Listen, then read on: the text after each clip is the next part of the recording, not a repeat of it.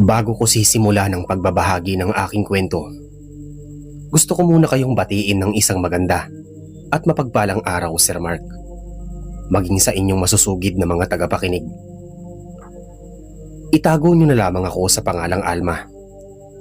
49 anyos na at kasalukuyang naninirahan dito sa Malolos, Bulacan. Hango ito sa tunay kong karanasan nung bata pa lamang ako sa lugar ng Leyte. At ng mga panahong yun ay isang manarabdan pa ang aking ina na itago na lang din natin sa pangalang Ligaya. Yun bang nagdadasal sa mga patay, Sir Mark? Dekada 90 nang mangyari ang karanasan kong ito. Sa pagkakatanda ko ay nasa mahigit 13 anyos pa lamang ako noon. Nang mga panahong ito ay nakatira kami sa baryong masasabi kong hindi naman gaano kaliblib. Nadadaanan na kasi ang bungad ng aming baryo ng mga pampasaherong sasakyan, gaya ng bus. Masasabi ko ding hindi naman nakakatakot sa baryo namin. Di tulad ng ibang baryong parating nababalitaang may mga namiminsalang aswang. Kaya naman kahit gabihin na kami ng uwi ng aking ina mula sa pagdadasal niya sa patay, ay ayos lang. Dahil nga sa isang manarabdan ng aking ina, bata pa lamang ako, halos lahat ng kasabihan ay pamahiin ay alam ko na. Maging ang pagnunubena nga ng aking ina ay malapit ko na ring makabisa ng mga panahong yon. Marahil sa kadahilan ng bunso ako sa aming 5 magkakapatid at tanging ako lang ang nag-iisang babae. Kaya naman kung saan man magpunta ang aking ina ay talagang parati niya akong sinasama. Hindi rin lingid sa akin noon ang mga usapin patungkol sa aswang. Subalit, hindi ko naman yun pinagtutuunan ng pansin. Sapagkat ni isa sa mga kabaryo namin ay wala pa namang nakakapagpatunay o nakakakita ng aswang. Kaya naman batid ko noon na panakot lang yon sa mga kabataan. Hanggang isang araw, abala noon ang aking ina sa pagtatahi ng mga pinaparepair sa kanya ng iilan naming kalapitbahay. Isa rin kasi yun sa mga pinagkakakitaan ng aking ina kapag walang nagpapadasal sa kanya. Nang makarinig kami ng katok at boses na tumatawag sa aking ina na nagmumula sa aming tarangkahan, dahil sa abala ang aking ina sa pagtatahi, ay ako na lamang ang nagtungo sa pinto upang tignan kung sino ang tumatawag sa aking ina. Agaran ko namang nakilala ang taong nakatayo sa labas ng tarangkahan namin. Si Tio Basilio yun. Pinsang buo ng aking ina at nakatira sa karatig baryo namin. "Alma, nariyan ba si Ligaya?" Tanong nito sa akin. Nilapitan ko naman siya at pinagbuksan ng tarangkahan saka pinapasok. "Nasa loob po, Tio. Nagtatahi. Tuloy po kayo. Bakit po kayo naparito?" Tanong ko muli. Dahil batid kong malayo-layo ang tinitirahan niya mula sa amin. Liblib na kasi yun at habal-habal ang sasakyang nakakapasok doon. "May importanteng sadya lang ako," tugon niya.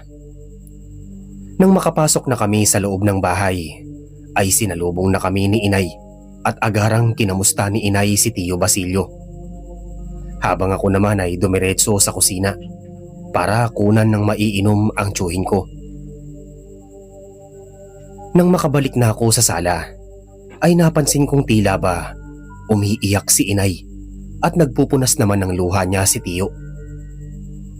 Doon nga ay napag-alaman kong pumanaw na si Lolo Oscar, ang ama ni Tio Basilio na kapitan sa kanilang baryo. Itong si Lolo Oscar ay minamahal ng lahat dahil sa kabutihan niya at sa dami na din ng proyektong na ipatupad at nagawa niya sa kanilang baryo. Naging kilala ito maging sa mga karatig baryo. Ngunit ayon kay Tio Basilio, dahil sa katandaan ay binawian na ng buhay si Lolo at ang tanging habilin nito ay nais niya ang aking ina ang magdasal para sa kanya. Hindi naman na nakatanggi pa ang aking ina nang sabihin ni Tio Basilio ang sadya niya. O siya, sige Basilio. Kailan ba nais ninyong umpisahan ko ang pagdadasal kay Tio Oscar? Tanong ng aking ina sa tiyuhin ko. Bukas. Huwag kang mag-alala. Ako ang bahala sa mga susundo sa'yo. At maghahatid pa uwi dito pagkatapos ng dasal. Ipapaalam na rin kita kay Lando. Tugon ni Tio sa aking ina. Dagdag pa nito ay hihintayin niyang makauwi galing sa trabaho ang aking amang si Lando para siya mismo ang magsabi at magbalita sa nangyari kay Lolo Oscar. Maging ako ay nalungkot sa nabalitaan ko. Sino ba naman ang hindi malulungkot, Sir Mark? Isa sa mga paborito ko si Lolo Oscar. Kahit na hindi ko siya madalas makasama ay tiyak namang sa tuwing nagagawi kami sa kanila ay parati ako nitong binibigyan ng kung ano-anong prutas at makakain. Mahilig din si Lolo Oscar magpatawa at magbiro, kaya napakagaan talaga ng loob ng lahat sa kanya. Kinahaponan nga ng makarating galing bukid ang aking ama mula sa pagsasaka, ay agaran na rin itong kinausap ni Tio Basilio at ipinaalam ang nangyari kay Lolo Oscar. Habang nag-uusap sila ay nakita kong napakunot ang noo ng aking ama. Nang sabihin ni Tio na nais nilang si Inay ang magdasal para kay Lolo. Sigurado ka ba Basilio? Alam mong malayo-layo ang baryo ninyo mula dito sa amin at tiyak gagabihin kayo sa daan. Wika ng aking ama at napakamot pa sa ulo. Maaari namang agahan na lang ang padasal pre. Yun kasi ang huling abilin ni amang. Wika pa ni Tio. Napansin kong tila ba napapaisip ang aking ama sa pinag-uusapan nila at pabalik-balik ang tingin nito sa aking ina. Di naman naglaon ay napapayag na rin ang aking ama sa isang kondisyong siya ang sasama sa aking ina sa tuwing magdadasal ito sa baryo nila Lolo Oscar. Masaya namang pumayag si Tio at sinabing pagpatak ng 3:00 ng hapon ay susunduin na niya sila Inay at ihahatid din agad bago pa man magdilim. Matapos ang usapang yun ay nagpaalam na nga ang tiyuhin kong uuwi na at umalis na ito. Paano na ang trabaho mo niyan Lando kung ikaw ang sasama sa akin kila Tio Oscar? Tanong ng aking ina. Mas alalahanin mo ang mga balitang kumakalat sa baryo nila. Hindi yung trabaho ko. Ang dami namang manarabtan dyan. Bakit ikaw pa? Tugon ng aking ama. Alam mong magpahanggang ngayon ay kalatang balitang maraming aswang ang naninirahan doon. Kaya hindi pwedeng ikaw lang ang pupunta doon. Baka mapano ka pa. Isipin mong may pamilya ka. Dagdag pa ng aking ama. Hindi na lamang sumagot pa ang aking ina at baka lumaki pa ang diskusyon nila. Dahil sa narinig ko ay napaisip talaga ako noon sa mga sinabi ng aking ama patungkol sa mga aswang. Hindi ko alam na maging ang aking ama ay takot din pala sa mga aswang. Tay, takot ka pala sa aswang? Tanong ko na may halong pang-aasar. Di ba tay, dapat hindi ka takot sa kanila kasi lalaki ka? Natatawang dagdag ko pa at agarang tumakbo sa aking ina. Nako ikaw Halma ha, tumigil ka. Saway ng aking ama sa akin. Hayaan mo yung tatay mo Alma. Ewan ko ba, tumanda na lang napagpapaniwala pa rin sa mga chismis. Saway din ng aking ina. Kinabukasan nga ay hindi ako isinama ni Inay sa pagpunta kila Tio Basilio. Kahit na ilang beses ko siyang kinulit para ako ang isama niya at matagal-tagal na rin akong hindi nakakabalik sa baryo nila Tio. At talagang nagmatigas ang aking ama na wag akong isama at delikado daw. Wala na nga akong nagawa kundi ang magpaiwan na lang sa bahay namin kasama ang 4 kong mga kapatid. Nang mga sumunod na araw ay naging abala ang aking ama sa pagtatrabaho sa bukid. Kaya naman nang dumating si Tio Basilio para sunduin sila inay, ay hindi na inantay pa ni inay na makauwi ang aking ama at ako na lang ang isinama niya. Nag-aalangan pa ako noon na sumama sa kanila sa kadahilan ng baka magalit ang aking ama. Dahil mahigpit nitong pinagbilinan si inay na wag akong sasama. "Bilisan mo riyan, Alma. Naghihintay na ang Tio Basilio mo." Wika ng aking ina habang nagmamadali ako magbihis. "Eto na po, Nay." Tugon ko naman at agaran na nga akong lumabas ng silid matapos kong magbihis. Ilang sandali pa ay lulan na kami ng motor ni Tio Basilio at binabagtas na namin ang daan patungo sa baryo nila. Makalipas ang mahigit 30 minutong pagbiyahe ay hindi pa rin kami nakakarating sa baryo ng Tio Basilio ko. Ramdam ko na rin ang sakit ng puwet ko noon sa kadahilan ng rough road pa ang kalsadang dinadaanan namin. Literal na papasok na talaga kami sa liblib na baryo na kung susumahin mo ay tila ba paakyat na ng kabundukan at napapaligiran na ang dinadaanan namin ng nagtataasang mga punong kahoy at talahiban. Mag-aalas 4 pa lang ng mga oras na yon, subalit tila ba unti-unti nang nilalamo ng dilim ang dinadaanan namin. Ilang beses na rin naman ako nakadaan doon pero ng mga oras na yon ay kakaiba talaga ang nararamdaman ko at tila ba kinikilabutan ako. Ramdam ko na rin ang pagbilis ng tibok ng puso ko sa aking dibdib, lalo na nang maaalala ko ang sinabi ng aking ama patungkol sa bali-balitang aswang sa baryo nila Tio Basilio. Di naman naglaon ay nakarating na rin kami sa baryong panaroonan namin. Dumiretso kami sa bahay ni Lolo Oscar kung saan siya nakaburol.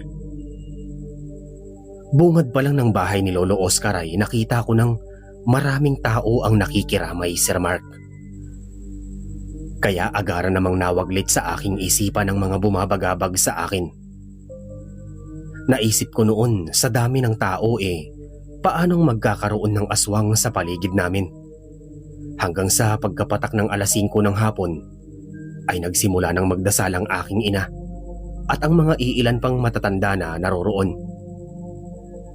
Hindi na ako nakisali pa sa pagdadasal at tumulong na lang ako sa pagbibigay o tagahatid ng kape at pandesal o biskwit sa mga kapitbahay at kamag-anak naming nakiramay. Marami kasing tao sa labas na naglalaro ng baraha, mahjong, hantak at iba pa. Matapos kong mamigay ng kape at tinapay ay nanood ako sa mga taong naglalaro sa bakuran. Habang nanonood ako, ay dumako ang paningin ko sa isang matandang babae na nakatayo sa labas ng bakuran. Matalim itong nakatingin sa gawi ko at nang sundan ko ang paningin ng matanda ay dumako ang paningin nito sa kabaong ni Lolo Oscar na nakapwesto sa loob ng bahay at tanaw yon mula sa pinto. Tinitigan ko pang maigi ang matanda na tila ba hindi niya ako napapansing nakatingin sa kanya. Napakunot-noo ako nang makita kong tumutulo ang laway ng matandang babae na sa tingin ko ay mahigit 60 na ang edad. "O Alma, sino bang tinitignan mo dyan?" Nabalik lang ako sa ulirat nang marinig ko ang boses ni Tio Basilio. Nasa tabi ko na pala ito. "Ah, yung matanda po, Tio. Dun sa labas ng bakuran." Tugon ko sa kanya. Ngunit nang tignan ko ulit ang kinaroroonan ng matanda, ay bigla na lang itong nawala. "Wala namang matanda ah. Baka namamalikmata ka lang. Halika na at ihahatid ko na kayo ng nanay mo pa uwi." Sabi pa niya. Kakatapos lang pala ni inay magdasal. Hindi na ako nagtanong pa at nauna na akong lumabas ng bakuran. Nagbabaka sakali din akong makita ko pa ang matandang kanina lang ay titig na titig sa kabaong ng Lolo Oscar ko. Nang madako nga ako sa kinatatayuan ng matanda kanina, ay nakaamoy ako ng masangsang na amoy na parabang amoy ihi at hasang ng isda na matagal nang nakaimbak. Kaya naman napatakip ako sa ilong ko at luminga-linga pa ako. Pero wala na talaga ang matanda doon. Nang makalabas na si inay ng bahay at nakapagpaalam na ay agaran na kaming sumakay sa motor ni Tio Basilio. Palubog na rin kasi ang araw ng mga oras na yon at minamadali na kami ni Tio. Hindi pa kami nakakalayo sa baryo nila Tio. Sa kasamaang palad, tumirik ang motor na sinasakyan namin. Saglit pang inayos ni Tio ang motor niya hanggang sa inabot na kami ng paglubog ng araw. Kaya naman napagpasyahan na lang nila inay na manatili na muna kami sa lamay ni Lolo at bukas na lang kami uuwi. Bukod kasi sa malayo ay tiyak madilim na ang dadaanan namin kapag pinilit pa namin. Tulak-tulak ni Tio ang motor niya pabalik sa bahay ni Lolo Oscar. Nakasunod lang kami ni inay sa kanya. Habang pabalik na kami ay napansin kong umalinsangan ng paligid namin at naaamoy ko na naman ang masangsang na naaamoy ko kanina lang sa labas ng bakuran nila Lolo. Hanggang sa napatigil kami nang makarinig kami ng mahinang angil ng aso na parabang galit na galit. Kasunod nun ang mahihinang huni ng wakwak. "Lintik ka, Ponsyana. Subukan mong magpakita at titiyakin kong hindi ka nasisikatan ng araw." Bulyaw ni Tio Basilio habang tulak-tulak pa rin ang motor niya. "Magmadali na kayo nang makabalik na tayo sa bahay." Wika pa ni Tio. Napakapit ako ng mahigpit kay inay nang maramdaman kong tila ba nakasunod sa amin ang nilalang na kanina pa umaangil sa amin. Dahil din sa takot ni inay ay hinila niya na ako patakbo pabalik sa bahay nila Lolo Oscar. Nang lumingon pa nga ako ay nasipat ko ang isang napakalaking nilalang na animoy paniki na gumagapang sa lupa. Nanlilimahid yun sa kintab na parabang pinaliguan ng grasa ang katawan at umalingasaw ang napakabaho nitong amoy. Sa bilis ng takbo ng aking ina ay naiwan na namin si Tio Basilio. Nang makarating kami sa bahay ni Lolo Oscar ay sakalang kami nakampante sa kadahilan ng marami pa rin ang tao at maliwanag na maliwanag doon. Nakasunod din naman agad si Tio sa amin. Agaran ding sinabi ni inay ang nangyari sa amin. Kaya naman ang mga tanod na nakiramay kay Lolo Oscar ay mas lalo pang pinag-igi ang pagbabantay sa lamay ng lolo ko. Doon ko din napag-alamang mula nang pumanaw si Lolo ay parati nang may matandang babae na umaaligid sa kanilang bahay. Mabuti na lang at sa dami ng nakikiramay ay hindi ito nakakalusot. Ayon pa sa asawa ni Tio, ang punsyanang tinawag ni Tio Basilio ay ang siyang kilalang aswang sa baryo nila. Dagdag pa nito ay may lahing balbal ang matandang yon. Yun bang uri ng aswang na patay lang ang binibiktima at pinapalitan ng katawan ng saging ang bangkay? Siguro ay gutom na gutom yon, kaya nagawa kaming tambangan at sundan. Napapalibutan umano kasi ng pangontra ang bahay ni Lolo Oscar, kaya naman hanggang labas lang ng bakuran ang matandang aswang. Maging ang bubong ng bahay nila Lolo ay maraming bagakay ang nakapatong. Nang gabing yun ay hindi kami nakatulog at marami sa nakiramay ang hindi umuwi sa kanilang bahay upang bantayan ang bangkay ng aking lolo. Hanggang sa sumikat na lang ang umaga. Sa awa ng Diyos, hindi na nagtangka pa ang aswang na magparamdam sa lamay ni Lolo. Sir Mark, hanggang dito na lang po muna ang aking kwento. Maraming salamat po sa pagbabasa. Sana po ay mapili ninyong basahin ang kwentong ito sa inyong channel.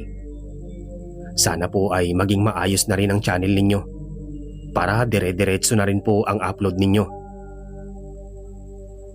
Muli, maraming salamat po sa pakikinig.